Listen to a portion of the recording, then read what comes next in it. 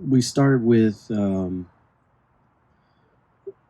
racism and division in the country, and we've shared a lot of stories. A lot of great stories have been heard from everyone who wanted to come up and speak at the microphone. A variety of perspectives on, I guess, why the world is the way it is. um, and we've talked about economics, capitalism, and the effect that has on this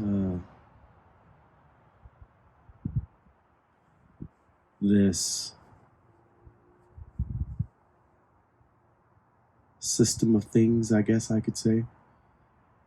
How we live our lives and the decisions we feel like we have to make because we're in a certain culture where obviously we have to take care of ourselves and we have to pay bills. And we've talked about the systemic nature of the ego and how,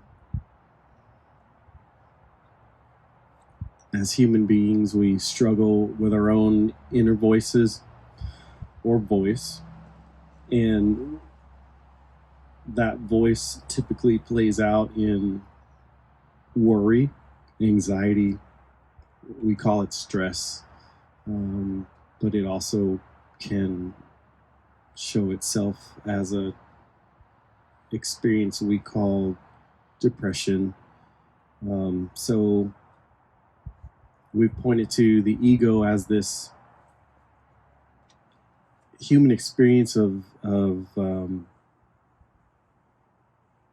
negativity and fear, and how that also reaches into our organizations, because it takes humans to create organizations. So when we bring our anxieties and our stress and our fears and our judgments and all these other things that I would call baggage, we bring these into our organizations. And so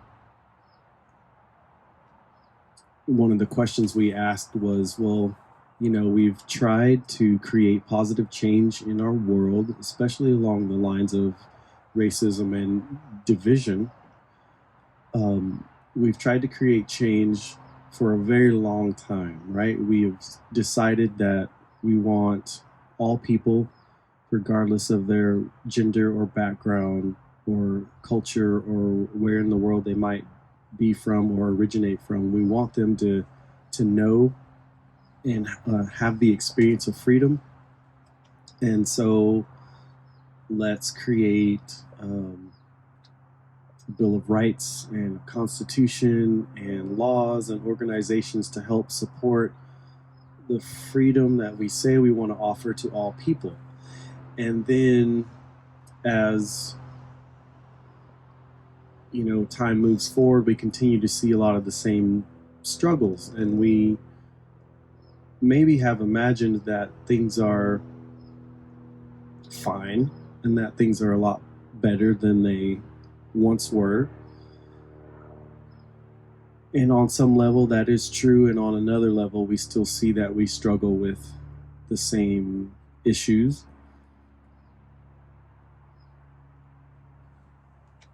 And I, for one, have come to see racism as less than about this dividing line of or between black and white, but that just the idea of division, period, the idea of us versus them or me versus you. Suddenly I've made a class out of myself and a class out of someone else, right? And we kind of see this battle playing out in so many different parts of our world. No matter what country you're from or what the color of your skin is, we see this idea of racism as part of the human experience that is very, very old. It's a very ancient struggle for humanity.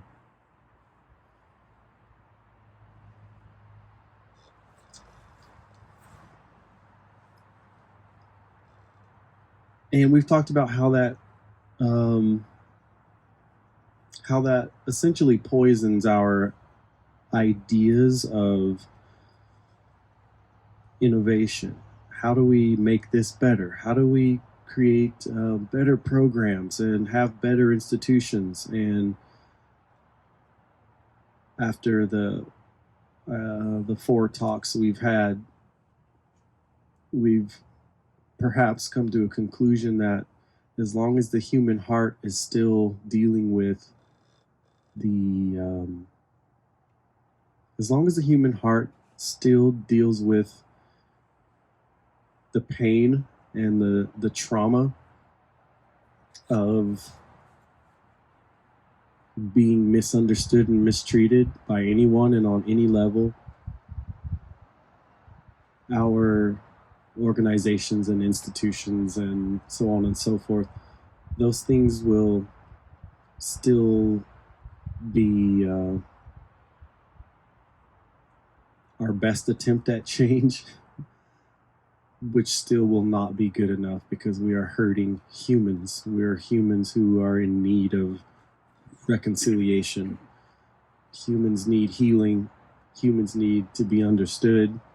And the most beautiful thing about the talks that we have had has been how it seems to me everyone has felt very open and safe and able to come up and share and speak with an understanding that we are here in this space together because one, we choose to be, and two, there's something about the invitation to come to something like this that says this is a safe place and your voice is needed, your perspective is important, and the more I can hear you and see you and know your perspective, that actually helps me learn how to better navigate the world.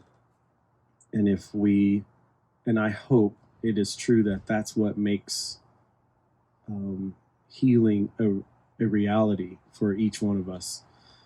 That seems to be the case for me, at least, is if I can sit down and talk with someone and they show that they are open-minded and want to listen and they want to have a healthy dialogue and conversation where no person's idea or perspective is there to control or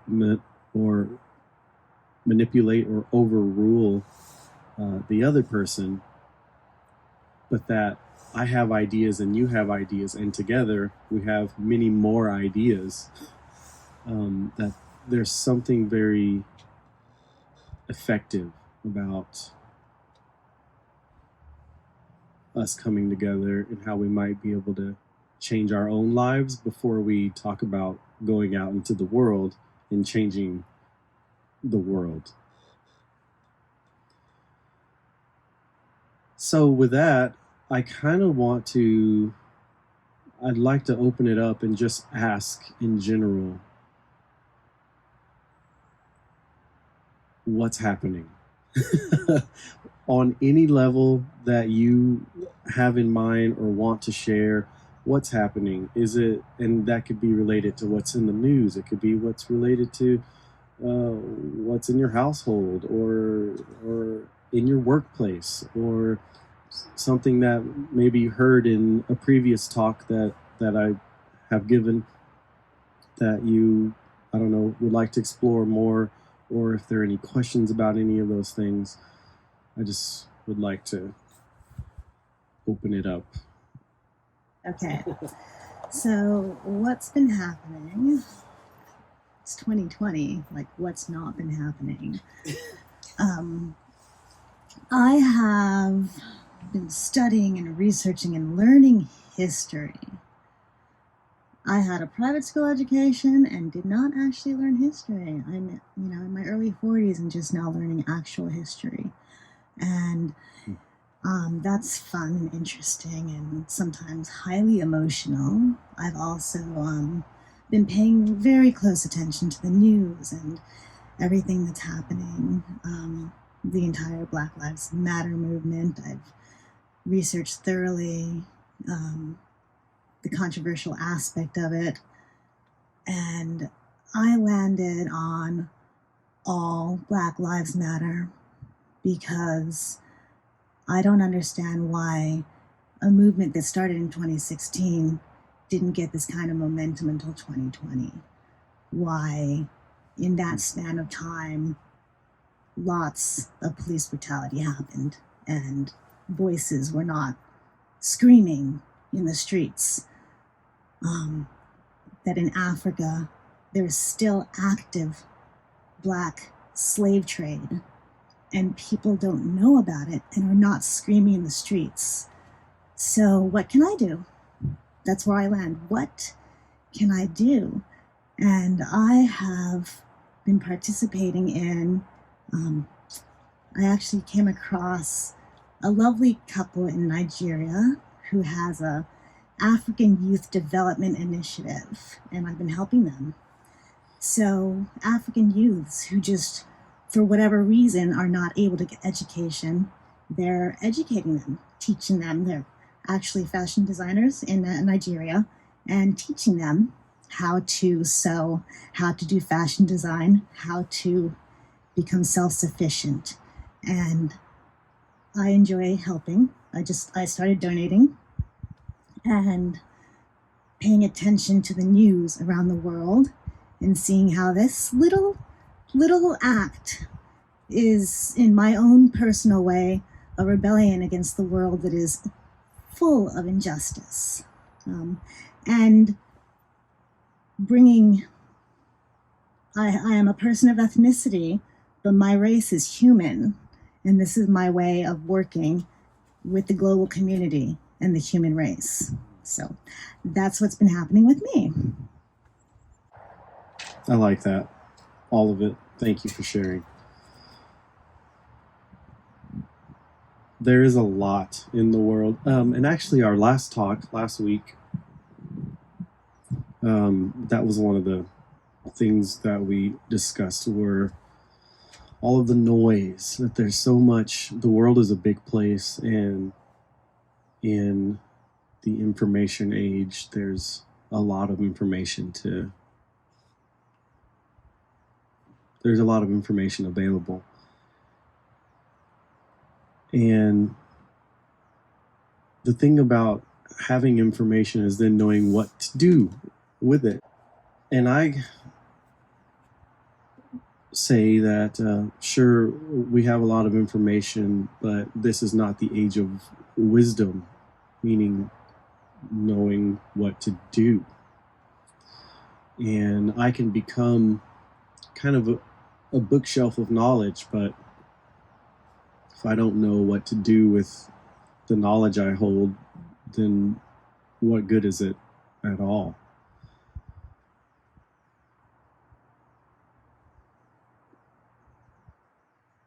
I personally seek wisdom as much as I can, and wisdom is not so readily available as information, books and charts and news reports and articles. And it seems that wisdom is the ability to know what to do in a certain circumstance, or just how to be in a certain circumstance.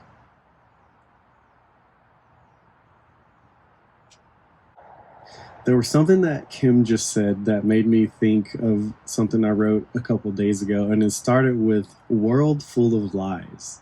And I think it was something about you saying, I have an education, I have a private education, but I did not learn history. And I was watching the Hunger Games on Friday night with some friends, and I don't quite remember what it was in the movie that made me begin to write this, but in the first line, as the movie's playing, I wrote "world full of lies." I was clearly seeing this in the movie, and it was the third of the four movies. And I said, how can we be free if we don't have truth? And there's this old proverb in ancient principle of wisdom that says the truth will set you free. And so maybe when I'm frustrated or even angry or uncertain or sad or whatever the case might be, I'm not feeling great, I'm not feeling good,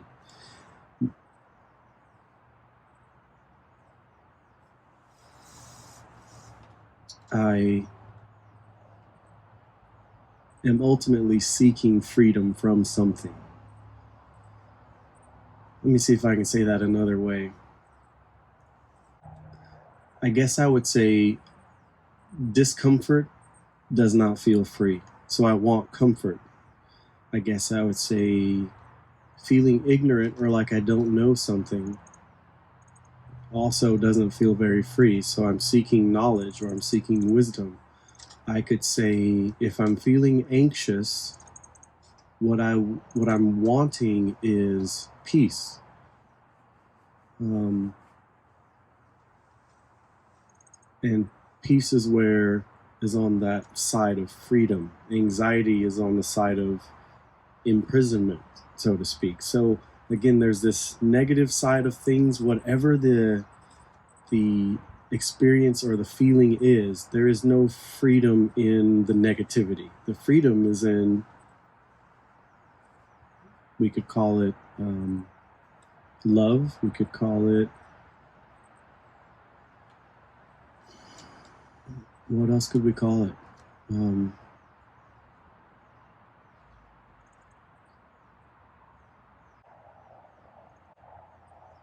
Isn't it funny? You just know freedom. You just know what it is. You may not be able to put words to it. It's something like love, and it's in the category with love. It's broad. It's open. It's full of light. It's illuminated. There is no darkness there. There is no shadow there.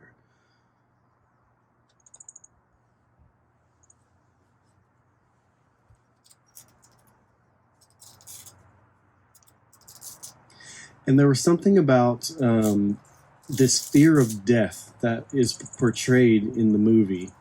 And I wrote, they call it the ultimate price, death. They call it the ultimate price. And I wrote something interesting. The purpose of this life is to learn how to die. That is the only way to truly live.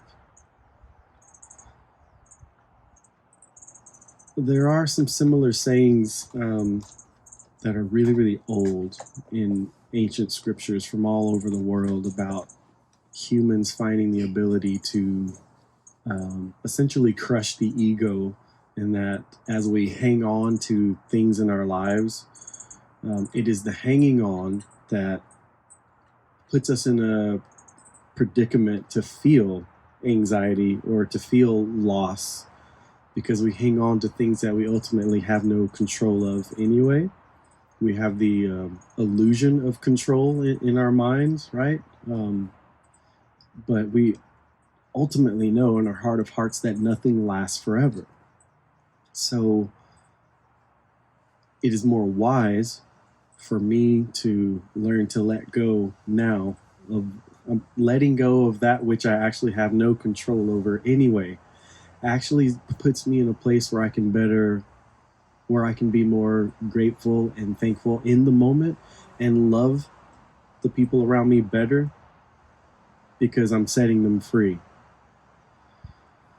Have you ever been loved by someone whose grip is so tight,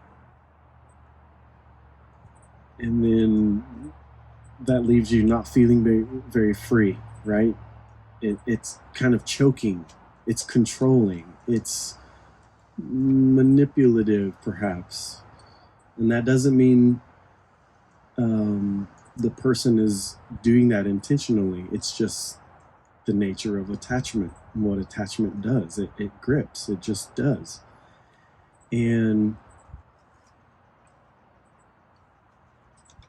I realized that I don't want to be the person who's gripping onto anyone or anything. Onto anyone first because you are human. Because you deserve to spread your wings and fly. Because I know the happiest version of you is when you are free to be who you are and you are free to do what makes you feel best without having to look over your shoulder and wonder if I'm unhappy with you or upset with you, or if there's some kind of odd repercussions for me if you do something I don't agree with, right? This is, again, kind of the nature of what it is to be free versus the nature of what it is to be under control, I guess. There's something about the question, so what do I do, that is very challenging, and it's like walking this line of freedom and not being free at all. It's, you're towing the line when we go, so what do I do? Because there are times when I have to say, this is larger than me, and what I'm able to do is only about this much in the grand scale of things, but I believe in just this much. Does that make sense? Just this little bit that I can do has to have an effect in the world, especially if it comes from my heart. So if what Kim is deciding to do is coming from her heart, she is in fact having a positive effect in the world, and hopefully she feels total freedom and joy about doing what she's doing. If, on the other hand, we feel like what we're doing comes out of obligation or some sort of duty, and it adds to the baggage and the weight of just trying to live our day-to-day lives, there's no freedom in that. And so there's this careful balancing act with, how do I follow the conviction in my heart and still remain an open, free human being through whom life and love can just flow through? Because as soon as I begin to feel overburdened by any of this, I'm no good to anyone.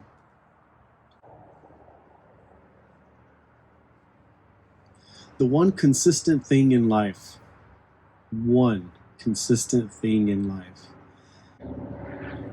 I can think of a few actually. They never change. One, the sky. The sky covers the whole world. It is consistent. It is beautifully blue. And it covers the whole world. Never changes. The ocean, let's just say water, as one of the supportive elements of life. It exists, H2O, though we can pollute it, H2O, water, cannot change. It still supports life even when we pollute it. Maybe air, maybe oxygen also supports life, covers the whole world, cannot change. Absolutely essential to our well-being. The sky, water, air.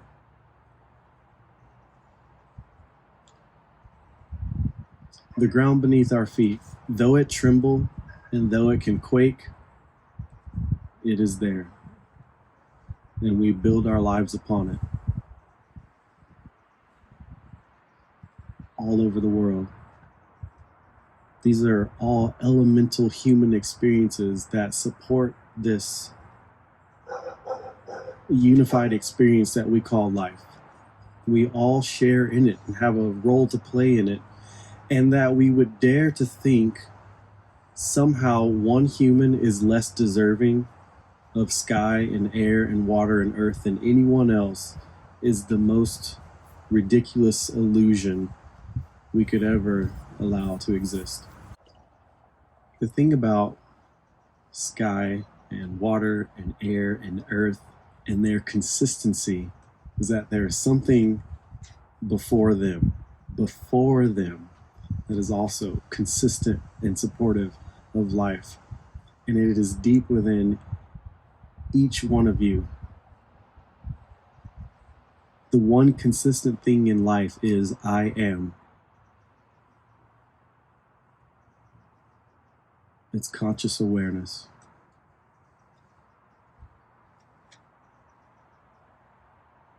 Every living thing experiences I am.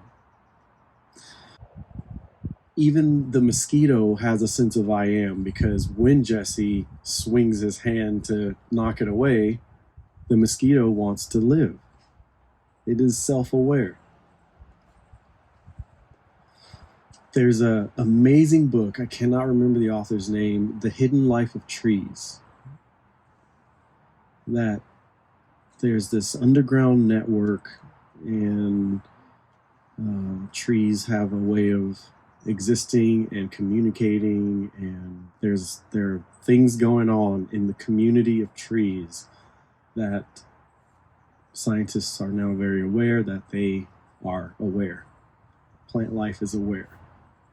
Though they move slowly, they are aware. I saw a time-lapse video of a plant in a room all by itself, and it did not move over a course of a few days, but when they put something in the room with it and left it for a few days, it began to grow towards the item in the room.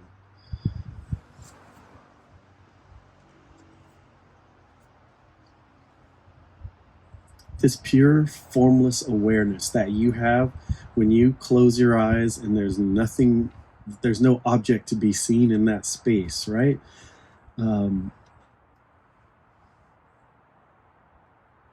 That is a very consistent thing. What is not consistent about us is our thinking, the way we perceive the world, the way we feel about anything at all.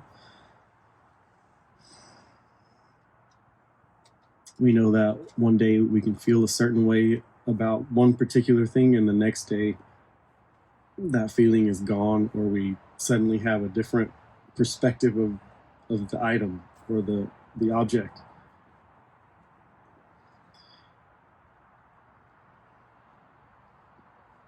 And so thoughts and feelings are not consistent. They can be unstable, perhaps. But just the self-awareness, your ability to say I am, is very consistent, and it will be with you always. It's always been with you, and it will always be with you.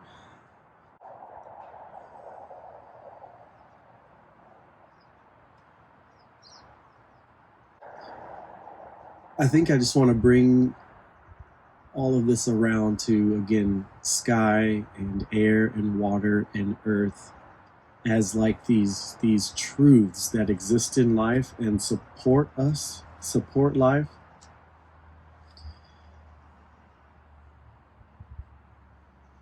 And that our experience here, though it's full of diversity, right? This unified experience of life is full of diversity. We realize we are in this one experience together, but we don't talk about it like this very often. It's like we're so immersed in the game of living life and in this movie that's playing on the screen of consciousness, without going, oh, this is all just a movie. Because the way I'm seeing this, literally in this moment, the way this person, Lance, is seeing this experience is not the way Kim or Jesse is seeing this experience. Literally, we're sitting at different angles in this space looking in on the experience. And that should be fascinating to us, that each one of us can be here and be experiencing such unique things even in this moment, because because we're each that creative. We each have these powers of differentiation, and we can discriminate and judge. And listen to those words. They are used negatively, but to discriminate and to judge is just to differentiate. That's the basic meaning of the words, right? We can judge in a harmful way, but we can also judge things rightly. We can discriminate in a harmful way, but we can also discriminate rightly, which is to say, oh, that's a ripe strawberry and that's an unripe strawberry, right? This is correct discrimination or judgment.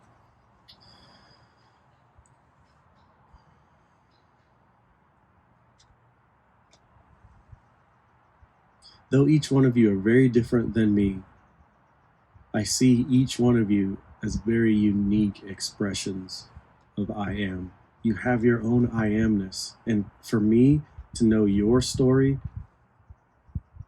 at least in part, if I can even get a part of your story, I become a better human being. Because I will most likely realize that the same values that I have, which are, well, freedom, as we've already talked about, love, peace, the best things in life. I think we all share the same values, no matter where we come from or how different we look, or the fact that we've each made some very unique mistakes. Each of us have lashed out at some person on this planet at some point or another. We've all experienced anger. We've all experienced sorrow. We've all experienced guilt and shame. We've all experienced love on some level.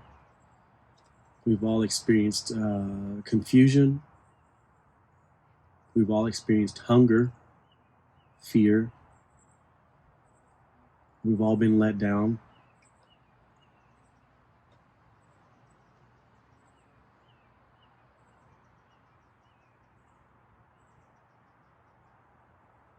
And in these ways, we aren't so different.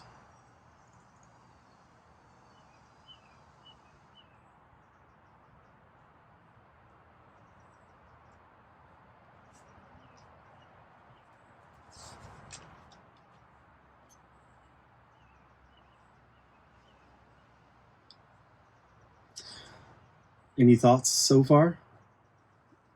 Any comments? Should I come up there if I want to say something? You know, I think that microphone on the camera can probably hear you just fine right there. All right. So many thoughts going through my head that it's hard to pick which ones to land on. I grew up here in Alaska, and I think that I've been really sheltered from the Black experience, and racism, and certainly being white. I've been very sheltered from that. It's been incredibly moving to watch the statues being dismantled. That's just been, my response to it. I was in the Deep South once, not that that's the only place that racism is, by a long shot, but it was kind of an appalling experience. And part of knowing that there's this whole world of things going on that I'm sheltered from.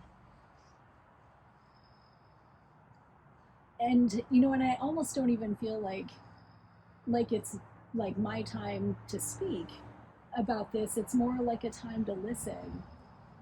But I appreciated what you said about that your life is richer too when you know our stories or whatever. Mm-hmm. And I'm really grateful for this even happening because I haven't really known like how to connect to it and how to feel like it's personal. Um, because of how few Black people I know. I can't even believe it.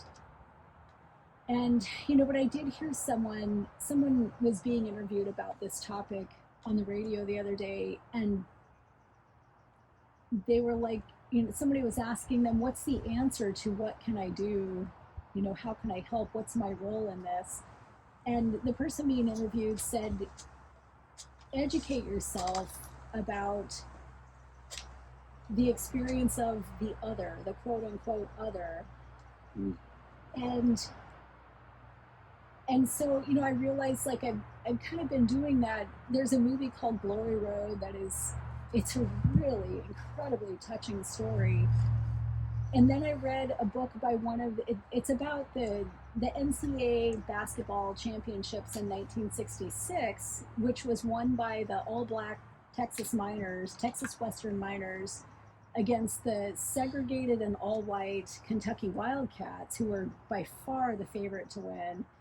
And it's an incredible story. So I got a book by one of the players who was part of the championship team, and it's called Slam Dunk to Glory. Unless you think it's not a serious book, it's an incredible book. Oh my God, it was just amazing. And even in that, watching the movie and reading the book, you can see there's subtle but powerful, I think, racism in the movie, which was created by Disney and tweaked and modified. And there's this other story about that event that it was so worth hearing it from someone who lived it. And the last thing I'll say is that I think, in addition to wanting freedom from the things that hurt us, I think there's this like incredible longing for reunion with the so-called other, and that like unity is what we long for. There was a conference right after I think coronavirus started, and the conference was called, it was held by Native American leaders in the country, and the conference was called Hello My Other Self. And I think it's even possible when you talk about community or connection, even connection has to be between two things that are different or separate. And but if you think of it in terms of like the rest of the world is just my other self, it feels a lot deeper than connection. And I think we can't rest, any of us, until we are aware of how every other molecule on the planet is our other self, and every other person on the planet is my other self. That's all. That's really good. Thank you.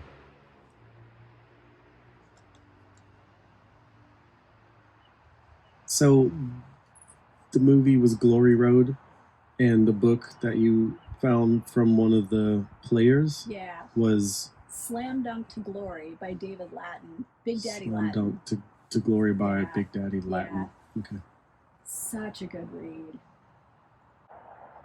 Connection to the other self. Is that how you said that, I think? The name of that conference was Hello My Other Self. But okay. That's a really good way to put it. Yeah.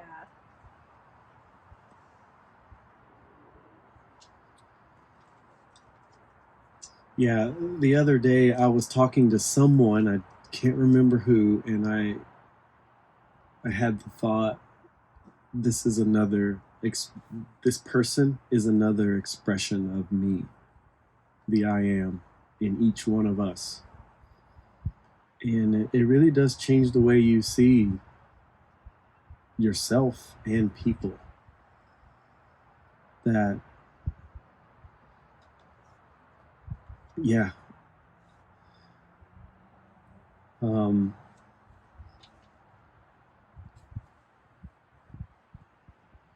it's powerful.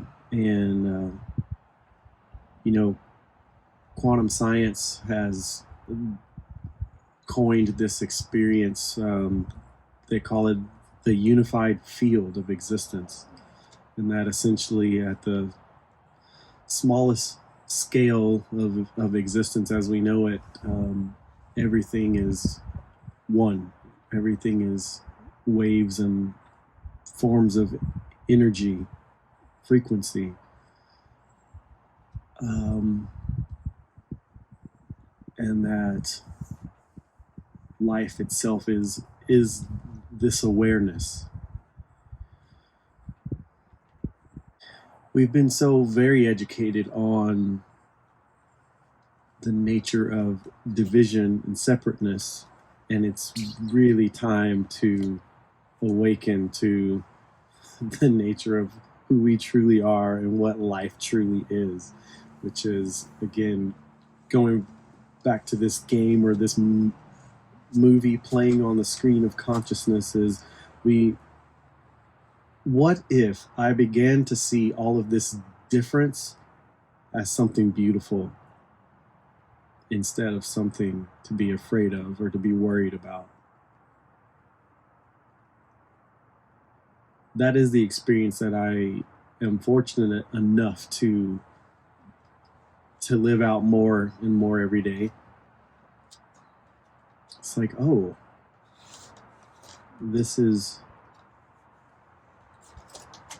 only troubling or bad because that's the way I was conditioned to think about it.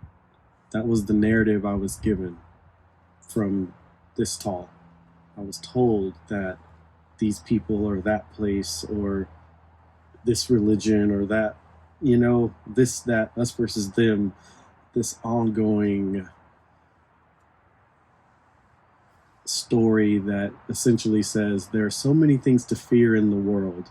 Stick to your group and your people and you are safe. And every ounce of marketing, advertising, which would equal, or, well, maybe not equal, but perhaps synonymous, I'm not sure. I just want to say there's something about politics that is very similar to this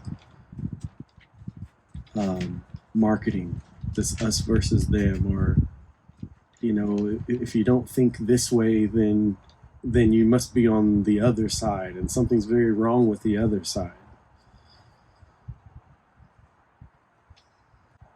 We've been up to that in human history for a very long time, and it doesn't seem to be working that well for us. Though we continue to play the game, we continue to put up with it, but I think we're very miserable in it at the same time without realizing the misery and the trouble we're putting ourselves through. Have you ever had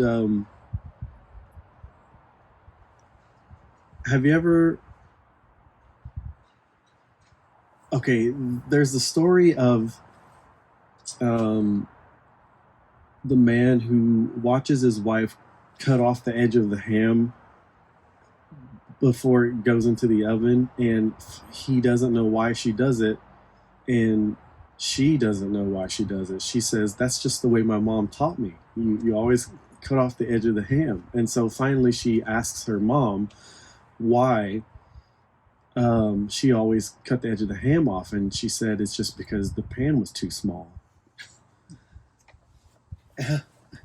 So have you ever had anything like that in your own life where you've done something a certain way for so long, and finally someone goes, you don't have to do it that way. There's another way, there's a better way, there's a more efficient way, or you learned it that way because under the circumstances, those were just the tools that you had or that we had. The point of me saying this is we have done things a certain way for so long, and it's just the way it's been handed down to us. And so we can reinvent the world however we want to, as long as we can think outside of the box, outside of these parameters and these boundaries of how to exist and how to communicate with one another and how to see one another. Changing our language is a big part of that, because in the first talk that I gave, I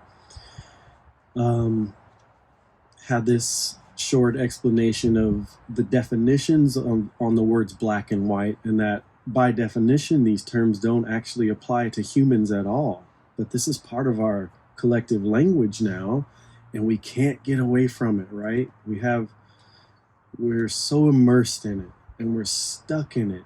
And when you say Black Lives Matter, it is instantly a divisive issue, because in our minds, not all lives are black. So that's an us versus them in someone's mindset, in someone's frame of mind or way of existing, that instantly causes friction. And there's a sentiment behind the phrase or the sentence, all or Black Lives Matter, right? There's a certain sentiment that is trying to be pinpointed, and that makes sense to a lot of us, I think, right? There's a long history against a certain people group, and we've ignored certain things about what's happening to this people group for a very long time, and that's the sentiment behind Black Lives Matter. That is a great thing to pay attention to. It would be nice if we had a more creative way to discuss it, with a different label that isn't so entrenched in this heavy, horrible history of division between people groups. And because not all people with skin as dark as myself come from the same heritage or lineage as I do. So it becomes a very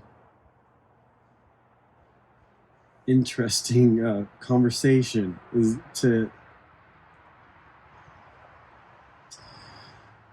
more easily, well, I don't know if it's more easily, but I'll just say the same is true of me calling someone white. What does that mean exactly?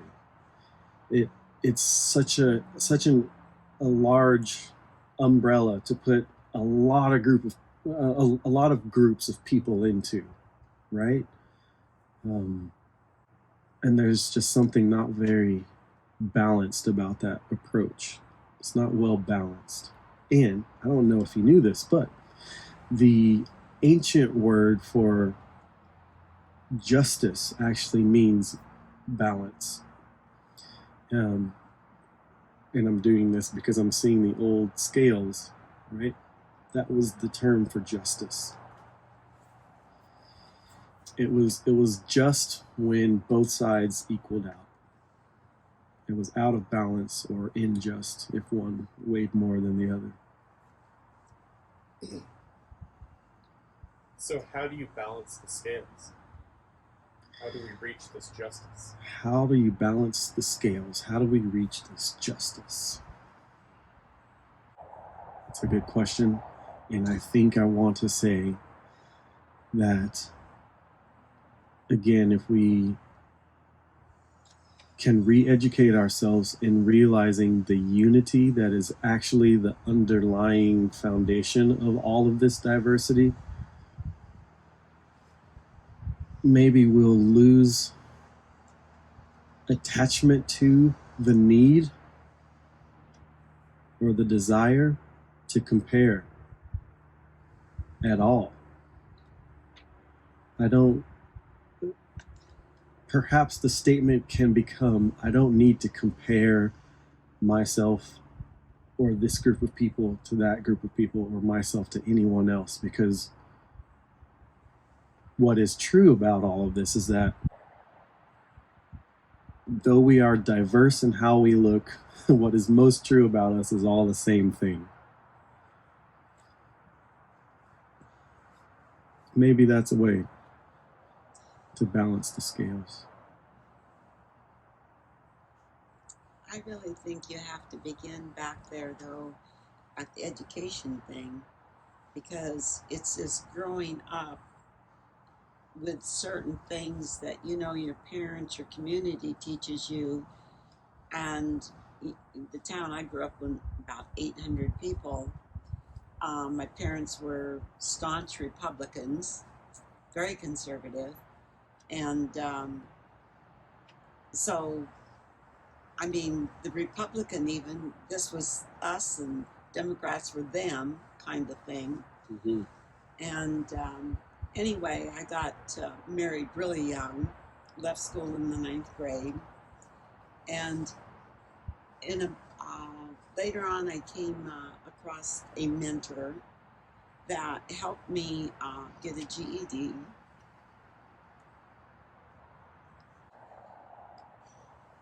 And go to college. And it's like you said, we don't even know the history. But when I got to college, not only did I learn a whole new world, but we read Black authors. We heard their story.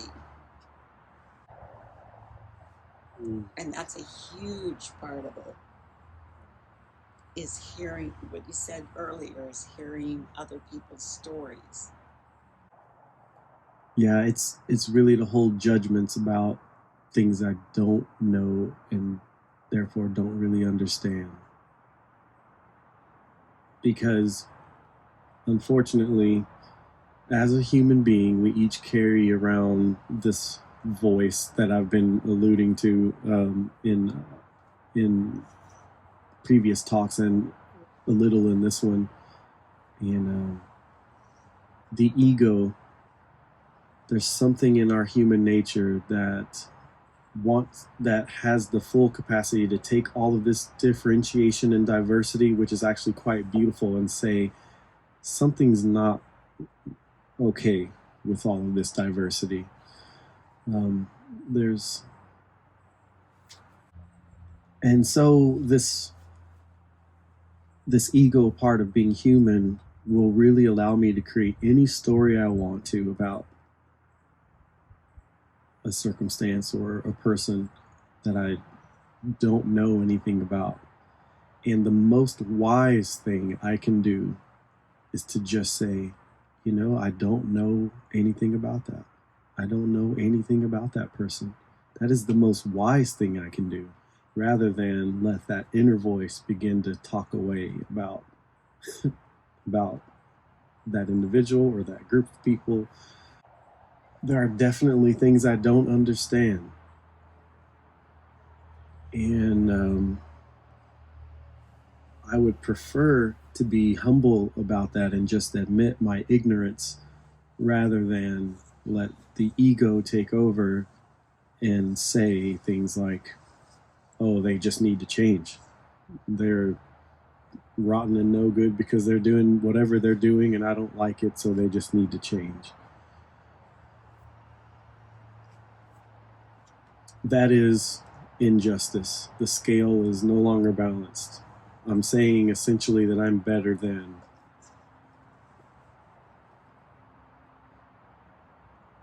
And this goes back to just saying that as long as humans aren't able to perceive themselves in these ways, with this level of knowledge about unity and diversity, but also knowledge about our own inner struggles and voices, if we're not aware of these things, we can do our best to create new systems and institutions and organizations and on, but and the purpose statement will be great and the value statement will be wonderful, but we will still have humans carrying their shadow into that organization. In some way, that shadow and that ego will find a way to play out the same stories within what started out being a really good idea. Just one conversation can change the world. I believe that.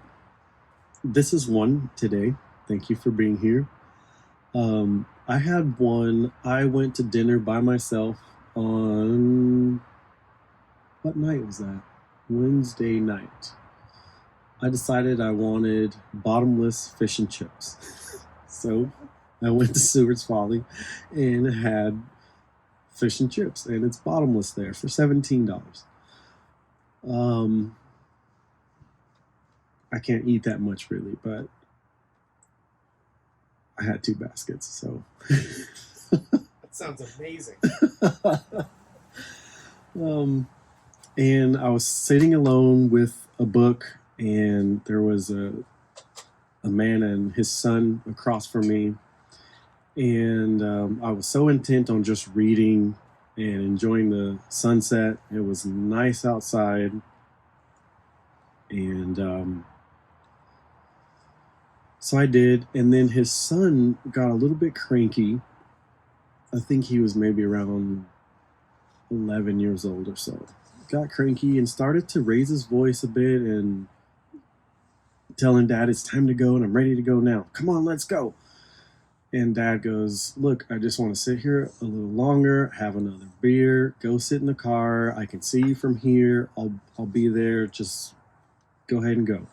And so the son goes, and this man and I begin to talk. And I think he saw the book and began to ask me about the book. And so the book is The Wisdom Codes by Greg Braden. And he asked me what it was about. And so I began to share with him about it. And he had some really positive comments about how a book on ancient words that heal our hearts is important for this season of time, right? The year of 2020 has been such a wild ride, and he was just saying how he thought it was neat to see someone reading something like this, and just our conversation went into all sorts of things about being human and the struggles we have and how important it is to learn to look within so we can become better people and help one another. And this man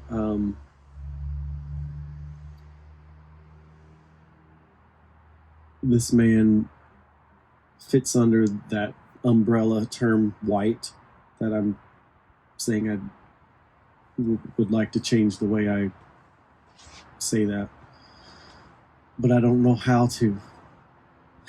Right?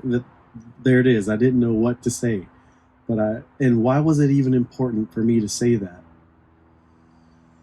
Is it important because we're so entrenched in the division that I couldn't even portray how wonderful the encounter was without you knowing that me and this man were very different from one another? And is that a problem? I could have just said he was very different than I. I didn't need to say he was white. Or I could have said he was not nearly as dark as I am. Right? And then you could have assumed the rest. Anyway, it was a delightful conversation, and he was a complete stranger, and he got up and he offered his hand, and I shook it, and it was wonderful. It was wonderful because everyone's afraid to touch one another. Everyone's afraid to talk to strangers, especially if you don't look alike, perhaps. You know, it was just a refreshing encounter. I'll pause there. Any thoughts or questions? I don't know. I have this feeling that when the hearts are healed, it'll be okay to say he was black, white, yellow, whatever, red, because diversity is good. Yeah. It's okay. There we go. I think it's interesting that came up, though. I've had a conversation with a Native American friend of mine, and we both have fair skin. And so white, we don't identify as white, but upon first glance, that's the instant bias that's put on us. And I personally just got to just saying pale face, because that's it. It's like I have ethnicity, but my face is pale, and that's what people look at, and instantly, whatever label they put behind that.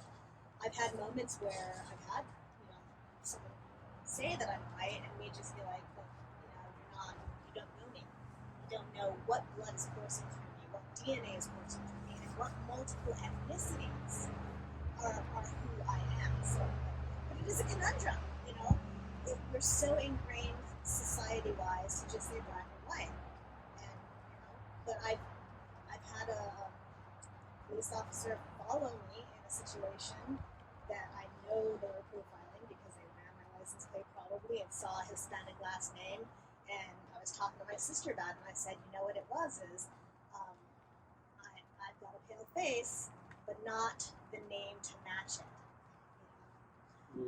How do you label it? Why do we even need labels? Right. Yeah.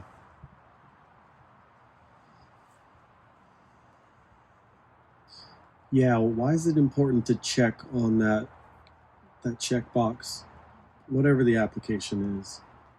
Why is that necessary? The problems that we're having now, to a large degree, derive from the different experiences we have with regard to privilege or not privilege. And I think it's important to acknowledge that. The experience you had with this guy, and the reason that the discussion was important, possibly, I don't know the subject, but possibly the reason it was so good that you had this discussion and you enjoyed it, was that you communicated across this line of privilege. I don't know what your experience was and how much privileged or not privileged you grew up. Obviously, there's some difference, but my upbringing was, I was totally privileged in the time. That colors everything. You can't not acknowledge that. That's the whole point. Yeah, the word privilege is it's another one of those words very deeply rooted in this. Can I just call it the old world? I want to think there's an emerging new world at this time, and we're trying to think through creative ways to shift and change and to become more aware, and that the world doesn't have to be the way it's been any longer. So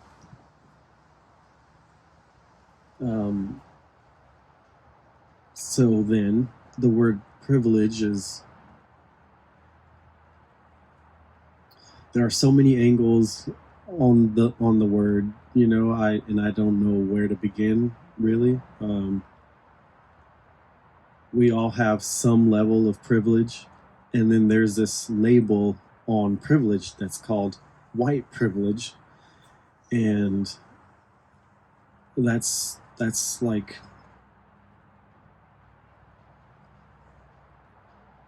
it's complicated, it's messy, and I don't feel like I can adequately speak to it. I just know that being a dark-skinned person in America, I have certain privileges afforded to me that are not afforded to a dark-skinned person in parts of Africa. And then we can talk about privilege branching out from there, right? It's like that's the case for all of us, right? It's like where we currently live, what freedoms and rights we have. And we talk about rights as if it's something that has to be given to us by law versus birthright of just being human, which is another discussion, but worth talking about, right? It's like, in the old world, we speak of rights as if they need to be given to us. And we should not be okay with that thought process. This just should be the way things are on planet Earth. that you are human, and the great I am, consciousness, self-awareness, expresses itself through you. Therefore, you are free. Plain and simple.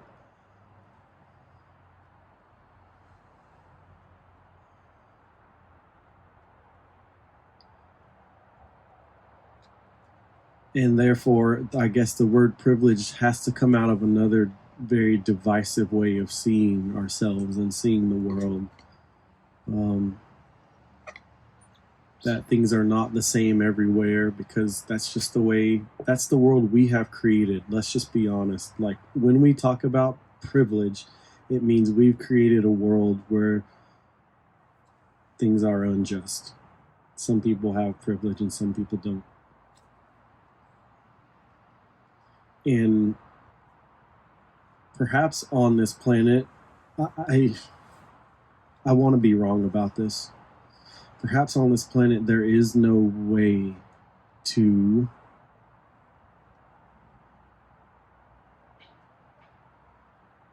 I really have to pause and think about it before I say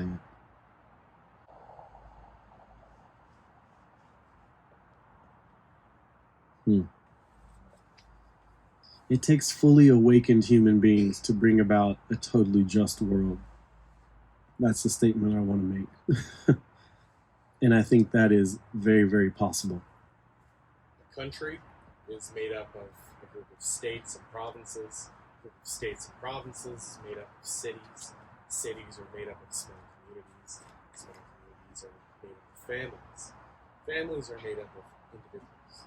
So it all does start with us. Right here, right now. Whoever or wherever we are, that's where it begins. Everything you're saying, all you have to do is just reach your community. That's it. And Right. be exactly what you're talking about. Because you're a living example of those things. And so you're reaching us. We're going to reach people. That's how it begins. That's the momentum. We are the momentum. Mm-hmm. Inspirational music. There is a way to reach this world. You're doing it. We are doing it. We are doing it. Thank you.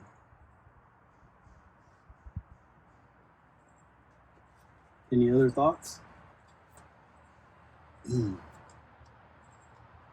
Well, I'll share some other thoughts that I just wrote earlier today, I believe. And just going back to the one consistent thing in life is I am. The one consistent thing in life is you are. Can I invite you to look at me and say two words? You are. Go ahead. You are. Okay, thank you. You are. And now, can I invite you to yourself to say, I am. I am.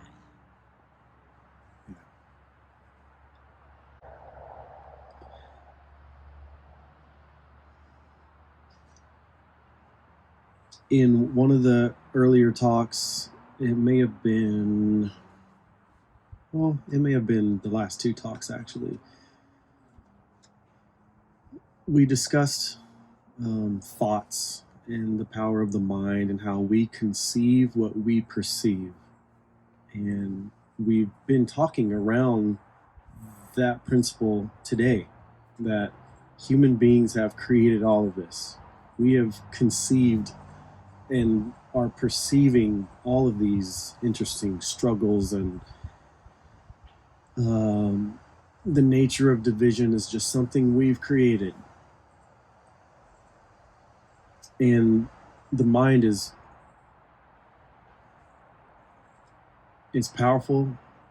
Thoughts can be distracting, and I talked about the voice of the ego that is the fuel behind.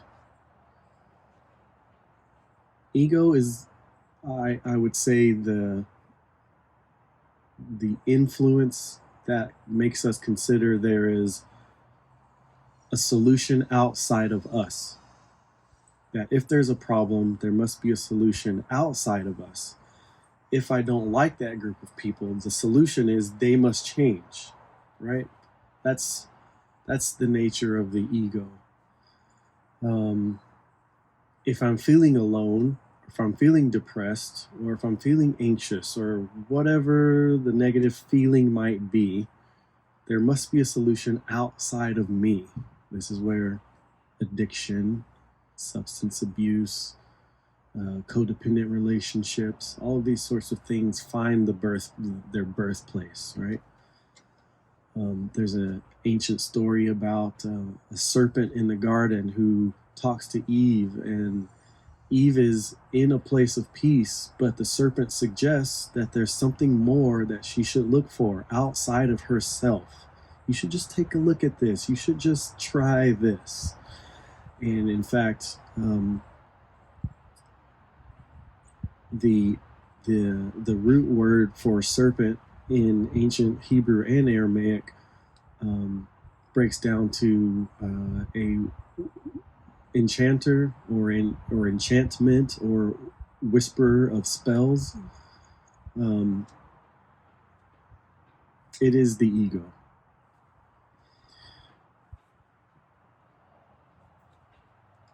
When we have thoughts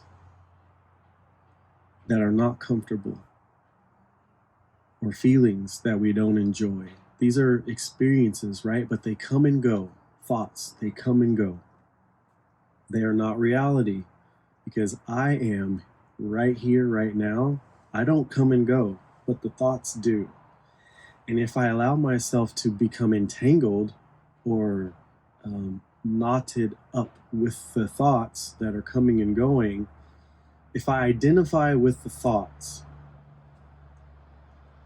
I lose myself. The thoughts are inconsistent. They're not stable. We said the most consistent thing in life is I am.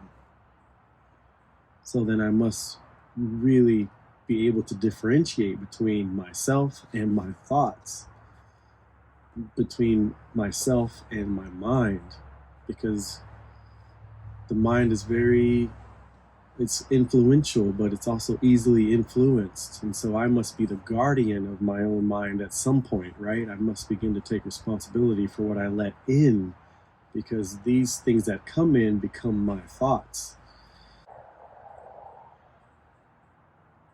I am is all there is. Everything else is an experience which comes and goes, inconsistent, unstable, unworthy of my attachment, my belief, and my identity.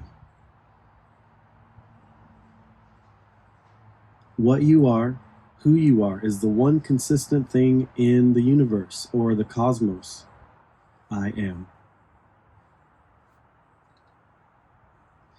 Do not be trapped in the illusion of the experience. Remember who you are.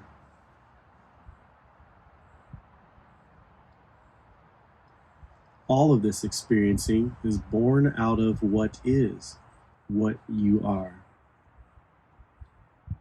So question every experience. Be curious. Don't identify, for they are temporary. You, pure awareness, consciousness, life, is totally reliable.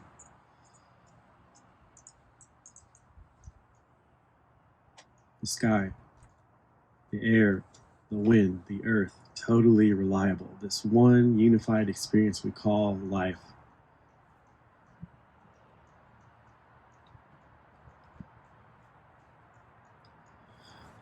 I liked this thought that I wrote down. It was interesting. Facts are based in systems of thought. These are conceptual and so variable, which also makes them untrue. I thought I was like, whoa. And facts are based in systems of thought. Example, our calendar says it's 2020, but there are other ways of viewing the world where the calendar does not say that. It's a different year. It's 2012 in Ethiopia. It's 2012 in Ethiopia. So we would say it's a fact that it's 2020, but that fact is based in this current systemic thought where we are.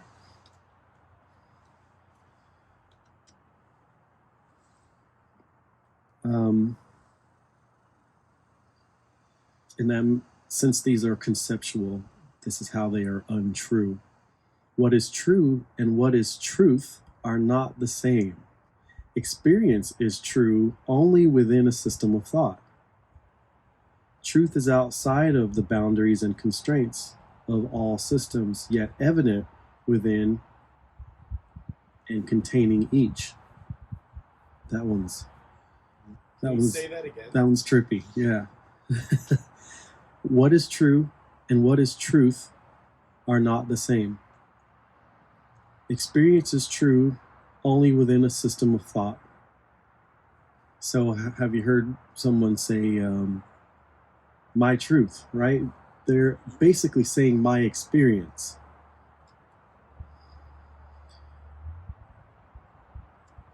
But it can get a bit tricky. It is true that I am having an experience, but is my experience the truth? Is where the issue is, right? Sure, yes, I'm having an experience, but I know I'm just one perspective of many. Truth is outside of the boundaries and constraints of all systems, yet is evident within and containing each.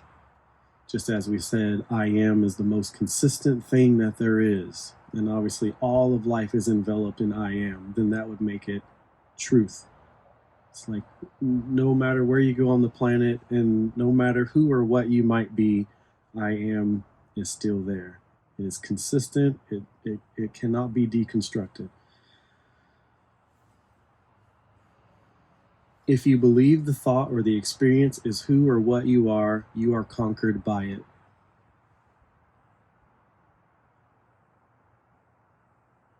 And in this sense, I am is truly functional recognition.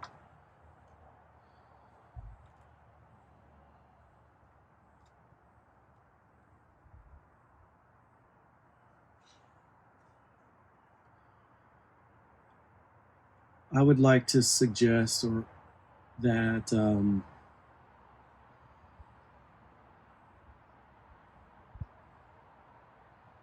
sometime today, that even if it's just 3 minutes, that we take those 3 moments to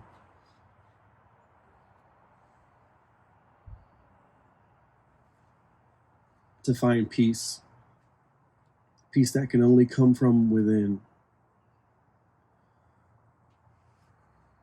You know, we can't control wars in the world, but I can control the war within.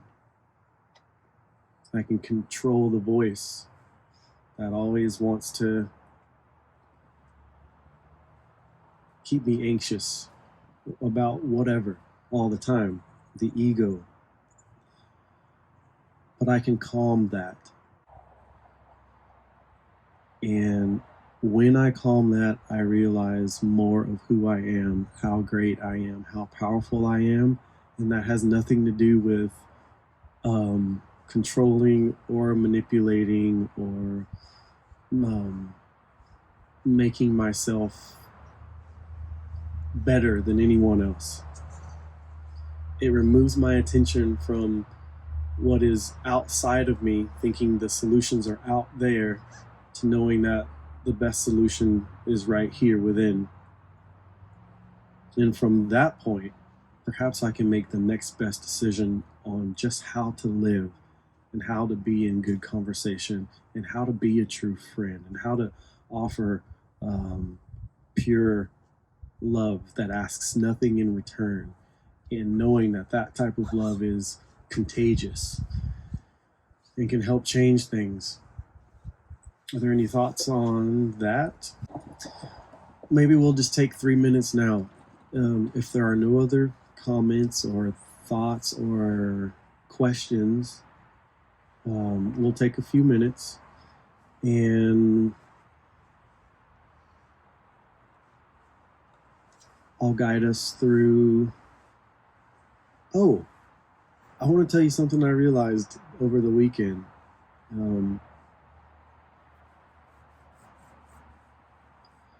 The word concentration, it actually means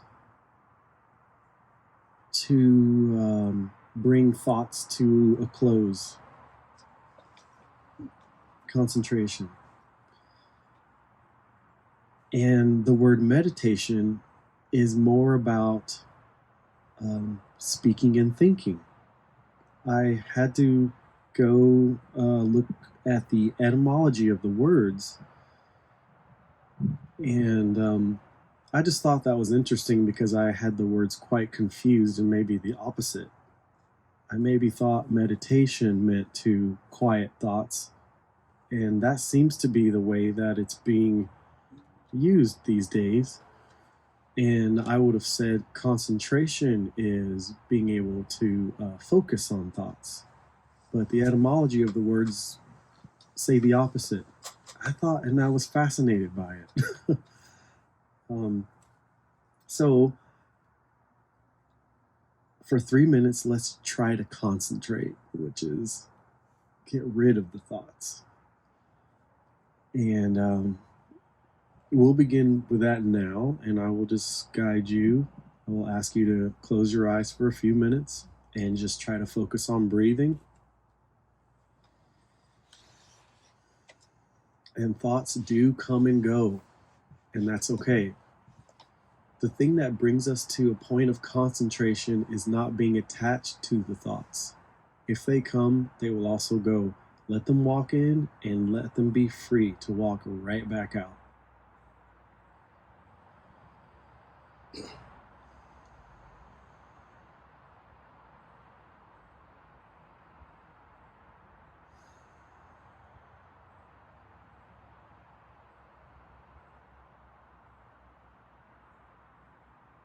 Thoughts are like sounds.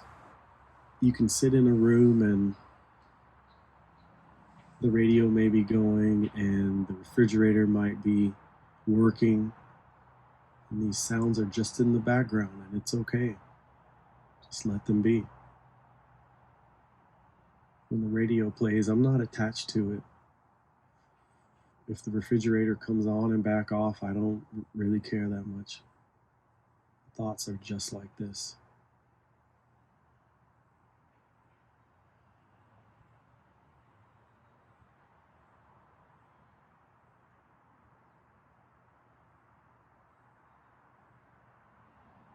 In this place of seeing thoughts come and go, hearing thoughts come and go, I can just be okay. I can be at peace.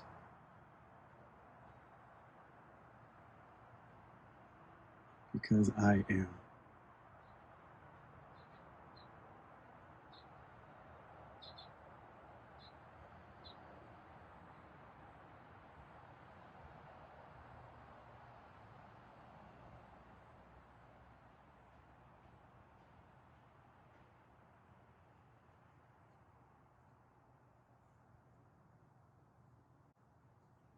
And in this place, imagine there's a bush.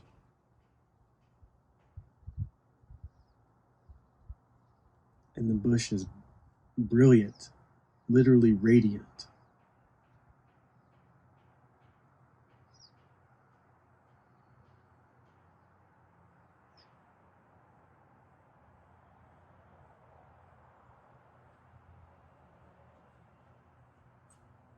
And the bush knows you by name. It calls you by name.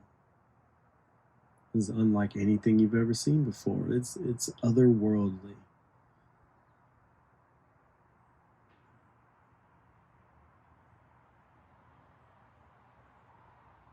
And the bush says, I have something for you to do. You can help change the world.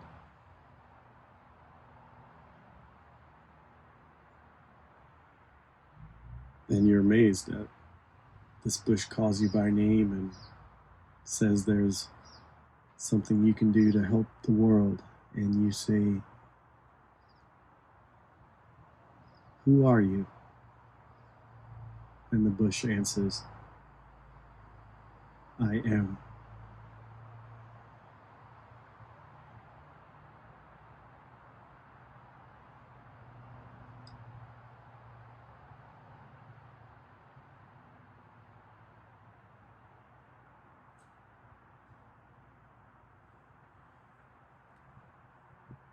And as we come back to this space and this moment in time with our eyes open, there was the ancient story of Moses, who ran across the burning bush that said, "I am." And this bush seemed to be a physical representation of some sort of the voice of what we call God in English. That term can be translated in some really amazing ways.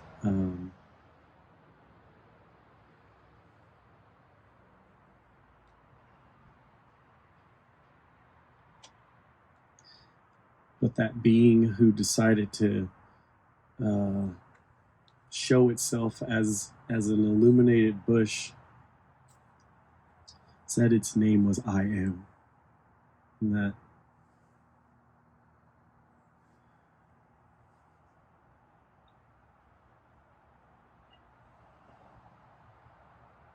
you and me, each one of us, have that living I Am within.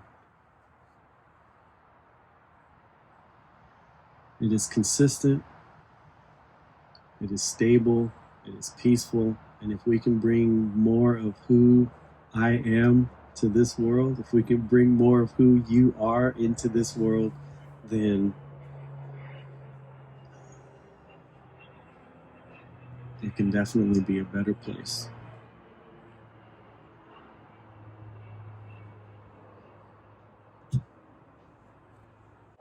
Did anyone struggle with any thoughts during those 3 minutes? No struggles? That's good. That's really good. A bird chirped right when I said I am. Nice. Well, in a group setting and with a facilitator, I suppose, the thoughts are easier to keep at bay. But if you try for 3 minutes on your own, oh man. I think that the thing that really helped me was how you said to let them walk in, let them walk out. Mm-hmm. Because I've done meditation before, and a previous facilitator Mm-hmm. in a guided meditation told us to block the thoughts, and that became an effort, and Okay. it kind of defeated the entire thing. Huh. So letting it flow, Yeah. the way that it would naturally. I had a song stuck in my head while we were just doing this, Okay. and I just let it play out for a second, and then it was gone. Whereas normally, if you try and fight a song in your head, Mm-hmm. it'll stay there. Right. Yeah. Yeah, these are simple tools that work all day long. That is, let the thoughts come and go. You don't have to get involved. It's almost like saying mind your own business, right? It's like, don't get involved with what everyone's up to. Just mind your own business. The thing about thoughts is we become so attached to them, we think that is our business.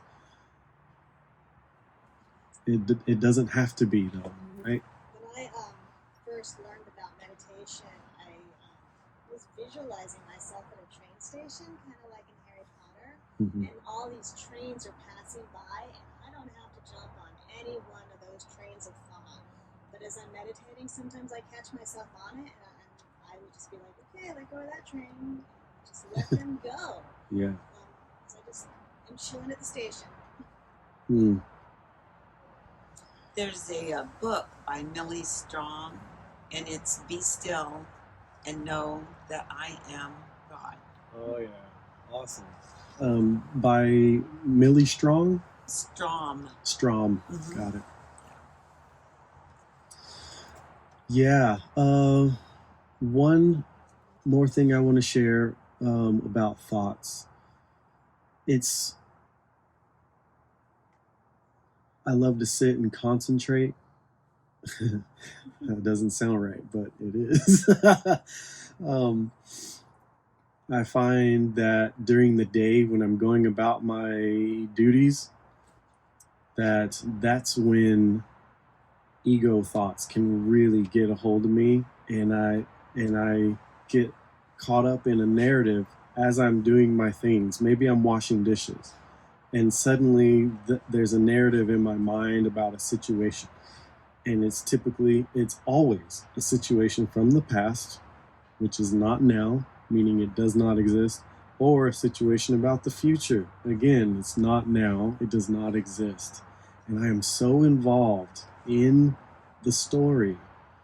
I'm washing dishes, and my mouth may be moving because I'm even mouthing the words that are flowing through my mind, right? So this idea of concentration doesn't mean we have to be in total stillness or in some kind of sitting position, and that things have to be quiet. We can master thoughts all the time, and all it takes is just the beginning practice of recognizing that they come and go and that we can get involved with them. You'll be amazed at how it can change your life just on a minute by minute basis, to be able to see how thoughts come in, and then it becomes laughable. I really can laugh at it and speak directly to that egoic part of myself, because again, these stories aren't usually peaceful, loving stories. They're anxious types of things or hurtful types of things that have happened, right? And that's the whisperer, right? The term for the ego or the serpent was a whisperer of spells, an enchanter, keeping you in this false world, this illusion. And I found myself saying, "Ha, I see that." It's like I'm on to the game now. There's a lot of victory to be had in that. One little move at a time, I guess you can say. Anything else? Thank you for being here. Any last thoughts at all? Okay. Thank you. Thank you.